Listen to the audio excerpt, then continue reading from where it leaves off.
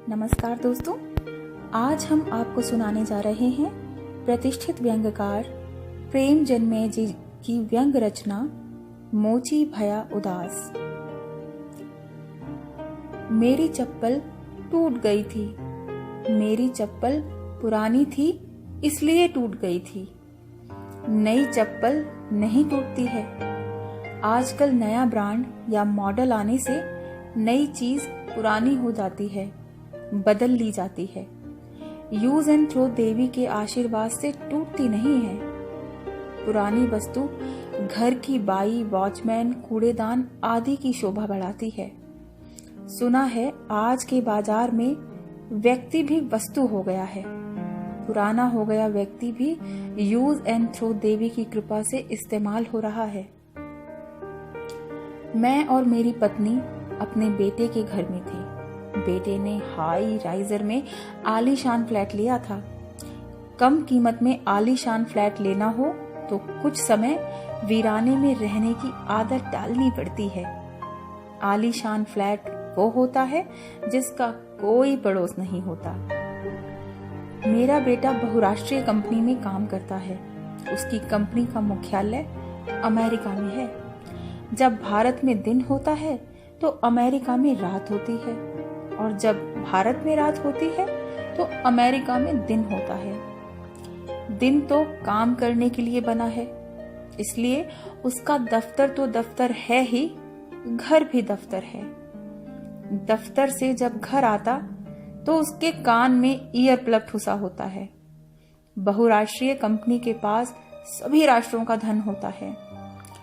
यहाँ समय ही धन है।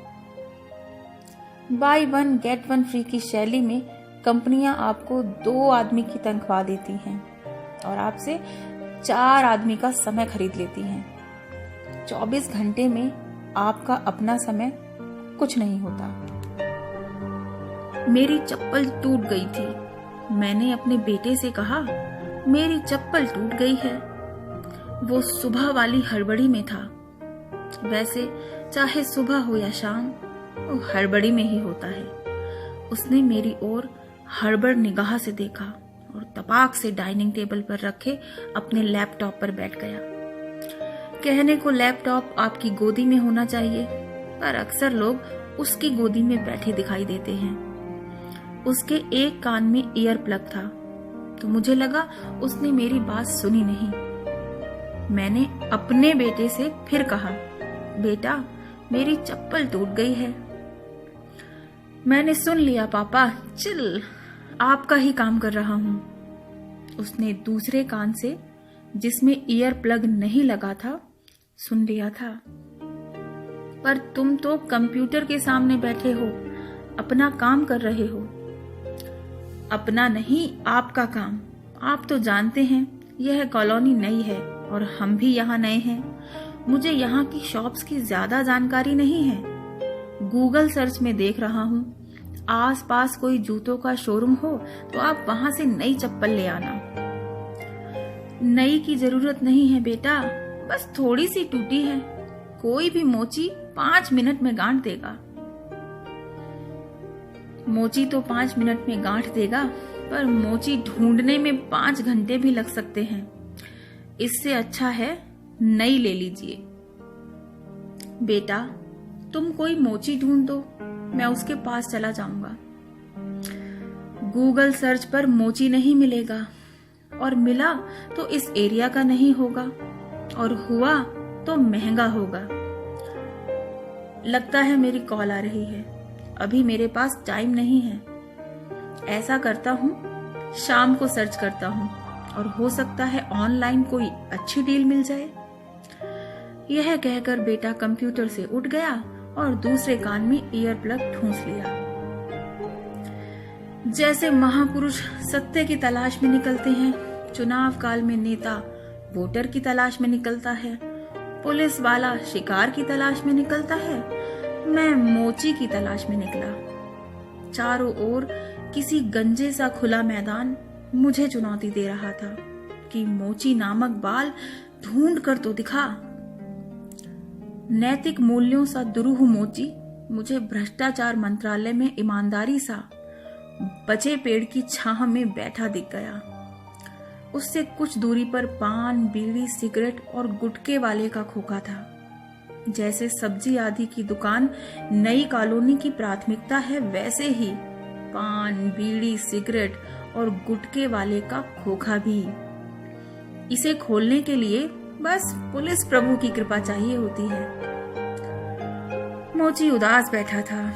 मक्खियां नहीं थी, फिर भी उन्हें मार रहा था। वो आभासित मक्खियों को मार रहा था। आजकल हमारे जीवन में आभासित दुनिया बहुत महत्वपूर्ण हो गई है।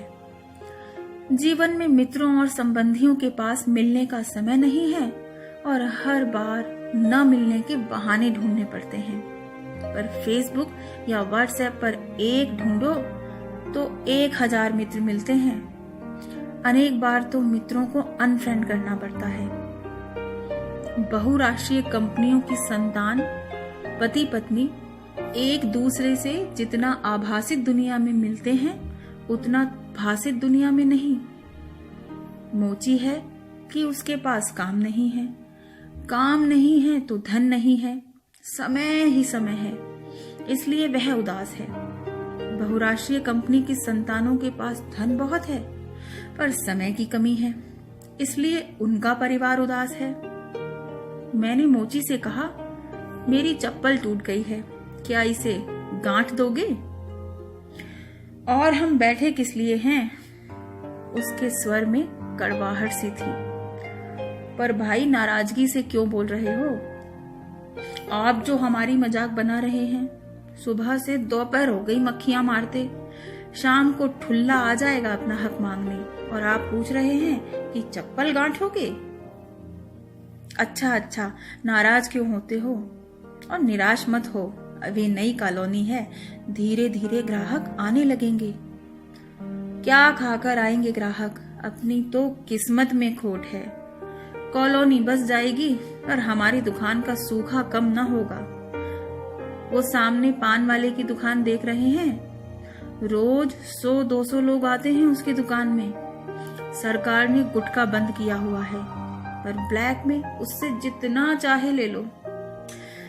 अरे भाई, घबराओ मत, एक दिन पकड़ा जाएगा। मेरी यह बात सुनकर बहुत जोर से हंसा। उसने मुझे ऐसे देखा जैसे चुनाव के बाद मंत्री बना नेता मतदाता को देखता है, न्यायालय को गरीब देखता है, या फिर कोई अक्लमंद मूर्ख को देखता है। ऐसे क्यों हंस रहे हो? मैंने कुछ गलत कहा? आपने कानूनन सही कहा, पर यदि कानून उसकी दुकान में आकर गुटखा लेता हो तो आप क्या करेंगे? बाबूजी, नशा चाहे गुटखे का हो, सत्ता का हो या फिर भ्रष्टाचार का, उसका नशाधारी पकड़ा नहीं जाता। यही घबराने की बात है। मेरे पास पैसा होता तो क्या मैं यह नीच काम करता? अरे भाई, काम कोई भी नीच नहीं होता। पर बाबूजी, आज के समय में जिसके पास पैसा नहीं है वह नीच ही माना जाता है। ऐसे नीच लोगों के लिए न तो न्याय मिलता है और ना ही सम्मान। जिस काम से पैसा न मिले तो वो नीच ही है। मैं तो सोच रहा हूं कि कल से मैं भी पान का खोखा खोल लूं। भाई, इस तरह से तुम जैसे लोग हमारे समाज से गायब हो जाएंगे। मोची इतिहास का विषय मात्र रह जाएगा। इस बार मोची हंसा नहीं, हल्का सा मुस्कुराया और मेरी तरफ देखकर बोला, बुरा ना माने बाबूजी, तो एक बात पूछूं? हाँ, पूछो। आपको घर में खाना परोसा जाता है? मैं कुछ अचकचाया और फिर बोला, भाई, परोसा तो नहीं जाता, पर टेबल पर डोंगे आदि में रख दिया जाता है और हम अपनी इच्छा अनुसार ले लेते हैं। तो बाबूजी, इसका मतलब परोसा शब्द आपके घर से गायब हो गया है। यह कहकर वह मंद मंद मुस्काता सा मेरी चप्पल गांठने लगा। मैं उसका क्या जवाब देता, सो चुप रहा। सोचा कि हमारी जिंदगी से गांठने वाले गायब हो गए तो क्या होगा। उम्मीद है आपको यह व्यंग रचना पसंद आई होगी। फिर मिलते हैं एक और नई रचना के साथ। नमस्कार, सायोनारा।